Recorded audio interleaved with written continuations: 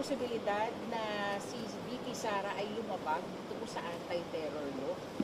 Ano po masasabi niyo po dito? Talagang iniimbestigahan niyo na rin ba? Lahat po ng aspeto, lahat ng possible na ano ba nangyari, bakit ganun, yan. Tama nga po, anti-terror law, inciting to sedition, great threat.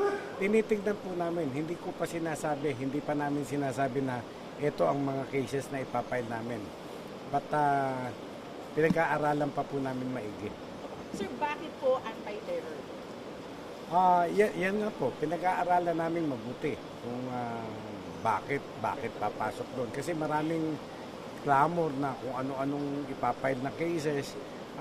But kami, inuulit ko, magiging impartial ang investigation ng NBI para makita ng taong bayan na meron pa rin kayong masasandigan na NBI na parehas. No? Actually, iimbestigahan din namin, tatanungin din namin si VP Sara, sino ba yung nagte-threat sa kanya?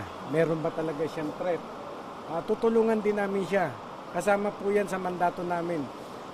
Imbestigahan ang any threat, assault on the person of the President, Vice President, down hanggang sa Chief Justice. Amin yan. Including the media. Primary jurisdiction ng NBI. Kaya kami nag-step in eh. No? Ayun po. Bibigay namin sa kanya lahat ng respect, due process, ganun po.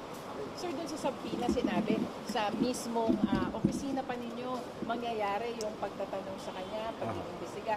Ano sir, kayo ba mismo yung haharap? Kayo ba mismo No, actually, being siya ay si Ma'am Sara, Vice President nga, sasalubungin ko lang siya, magbibigay galang tayo, and then meron akong panel of lawyers, yung mga magagaling kong lawyer sa NBI, ang siyang magtatanong sa kanya. Actually, hindi naman magiging answer question yan eh. Parang mag-uusap lang sila and then everything will be recorded. Sir, kasi medyo mainit. Mainit talaga sir yung sitwasyon ngayon. Lalo na yung sagutan, personality na rin po ni VP Sara. Ano sir yung gusto niyo pong sabihin sa kanya tungkol po dito na yun nga po, sabi niyo na kanina magiging patas naman po yung investigation. Yes, makaasa po si VP Sara at ang taong bayan na magiging parehas po ang NBI. Wala po kaming kikilingan. Kung ano po yung facts na makakuha namin, yun ang ilalathala namin, yun ang i-report namin sa DOJ. Wala rin pong dapat itatakot. Wala po.